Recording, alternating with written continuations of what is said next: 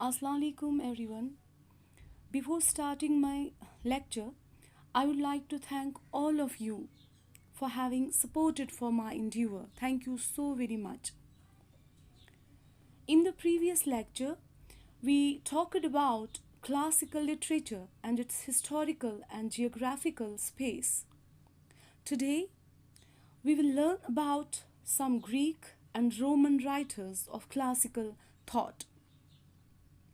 Plato, 427 to 347 BC, and Aristotle, 350 to 322 BC, Longinus, 3rd century in Greece, and Horace, 65 to 68 BC, Ovid, 43 BC to 8 AD, and Juvenal, 60 to 13 AD in Rome, formed the basis of classical thought in ancient times.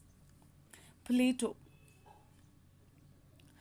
For Plato, the nature of the universe was imitation or mimesis.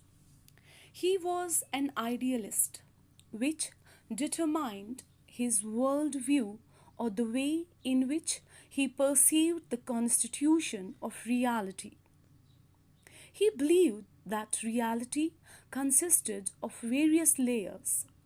The top layer was made up ideas, and all the lower levels imitated these ideas. For this worldview implies that everything in this world is an imitation of that idea that exists as primary. The primary is made up of one idea, the good. Plato imagined that all other ideas existed in so far as they participated in the ultimate good, which was the ultimate reality. Therefore, the further one moved from the good, the further one was from reality. Plato postulated the presence of a primary form, which was the essence of every object or every thought. He considered this form to be unchangeable and entire by itself. It was an ideal form that could not possibly be embodied by anything in the existing world. So, when a poet or an artist sets out to create an imaginative image of the ideal or primary form, then the work of art would become a recreated image and hence removed from reality. All art for Plato meant a turning away from the truth. He considered all forms of art to be removed from reality and hence untrue. Plato considered art to be devoid of good value because it imitates an imitation and is therefore thrice removed from the good and the true. According to Plato, art was also dangerous because when human beings see or receive art, they want to imitate it, creating the risk of being led further away from the truth, and also because art excites strange passions in people that should necessarily be controlled and disciplined. Looking at it in this context, drama would therefore be the creation of poet's imagination, which the audience would watch and be encouraged to live through that same recreated experience. Since Plato believed only in the true form and was strongly opposed to dramatized dialogue on the grounds that both drama and epic imitate the world of appearances and representation, he derided both poetry and the tragic poet. Plato discusses the nature of poetry in Book 10th of the Republic. However, one must remember that the ancient classics were not written works, but mostly speeches made at the gymnasium, memorized and recorded later by the pupils.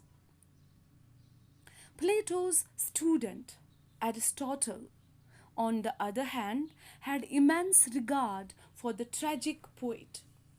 Aristotle, in fact, placed tragedy at a higher position than the epic in the established hierarchy of classical art. While Plato was opposed strongly to mimesis or imitation, Aristotle's Poetics begins with the belief that mimesis is valuable as a method of artistic representation. He established the three media of mimesis, namely language, rhythm, and harmony. He postulated that these media are then manifested through six elements of tragedy. It's important to keep in mind that though both Plato and Aristotle talked about mimesis or imitation, they had different views on it. Aristotle believed in the universality of art.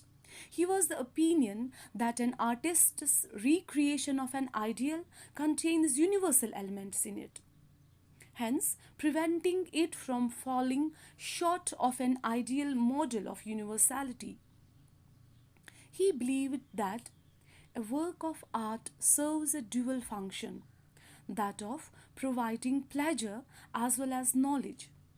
This function of art could only be provided through mimesis.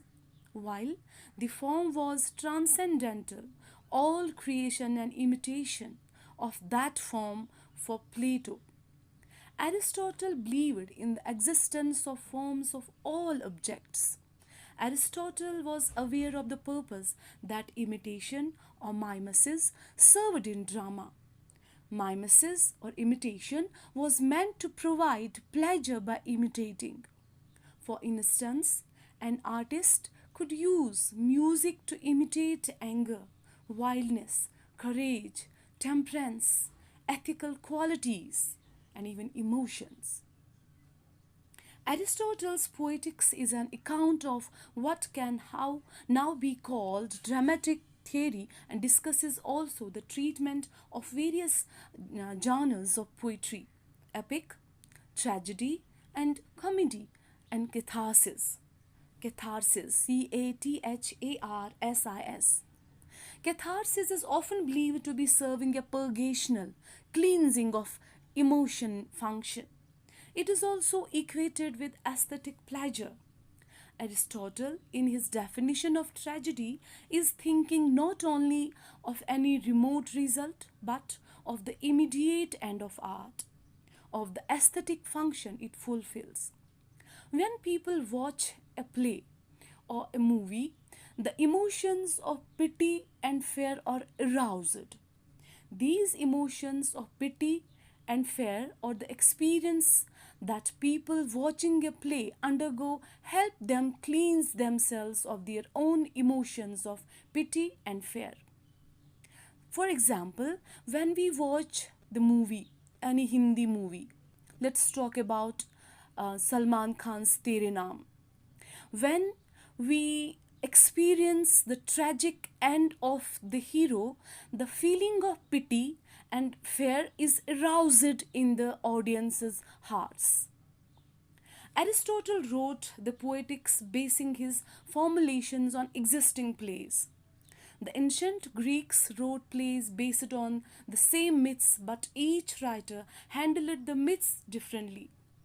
Their handling of the plot made them either win the drama festival contest or go away feeling defeated. It is supposed that Aristotle wrote volumes of work, but his description of what constitutes tragedy and the character of a tragic hero is the only in-depth exploration that has survived. Aristotle tried to prove that poetry is true, serious, and even useful. For Aristotle, the plot, mythos, was the most important element of a tragedy. The very life and soul, character, ethos, he placed it next to the hierarchy followed closely by argument. Diction follows next. Music or melopia he considered to be providing the pleasure principle to tragedy. The visual or opsis through providing attraction, is the least artistic of all the six parts of tragedy, according to Aristotle. Aristotle set a trend by applying the techniques of natural science to art and even establishing a classification of artistic forms. In keeping with the metaphysics, he describes tragedy in terms of its four causes. Its material cause is manifest in words and gestures, though these can be broken down into plot, character, thought, diction, spectacle, and song. The formal cause is tragedy, which Aristotle defines as the presentation of action, as opposed to the narration of action, which belongs to both epic and history. The efficient cause is the playwright, and the final cause is the evocation of fear and pity for the purpose of purgation. Tragedy, according to Aristotle, makes the spectator experience pity and fear so that those emotions can be purged from one's system. Longinus, 3rd century AD. Dated roughly in the later part of the 1st century AD, the sublime has come down to the readers in an imperfect form with frequent and extensive gaps. The central argument in the work is on sublimity. According to Longinus, sublimity is a certain loftiness and excellence in language. It is only through sublimity that great writers have achieved eminence and immortality. The true sublime uplifts one's soul. It arises from lofty ideas clothed in lofty language. It gives joy and exalts the spirits. In short, the true sublime pleases and pleases always. The false sublime, on the other hand, consists merely of a gorgeous exterior which conceals nothing but emptiness. Affected, pompous language is used to clothe thoughts which are essentially trivial. It also displays passion unwarranted by the subject matter. The notion of sublime as used by Longinus implies elevation or loftiness, and all that raises style above the ordinary and gives it a distinction. Longinus uses both historical and comparative methods of criticism, considering poetry in relation to its age in which it was written, contrasting Hebrew literature with the Greek and Roman literatures in order to highlight his theories. Longinus also uses the analytical methods for his analysis, extracts from works, and estimates the author's use of words, phrases, epithets, and images. Longinus has been described as an exponent of the genuine classical spirit, since he is concerned with the ancient Greek models from which he derives his theory. While talking about the lines of Aristotle, he also deviates from him, for nothing could be farther removed from the cold intellectualism of Aristotle than the impassioned and suggestive teaching of Longinus. There was a gradual decline in Greek supremacy because of territorial defeats, was propelled by Roman interest in retrieving and adding to Greek thought with a distinct Roman slant. Rome adopted the entire pantheon of Greek gods, only changing their names. I think it is enough for today. We will discuss the Roman writers in the coming lecture. Thank you so much for such a kind patience.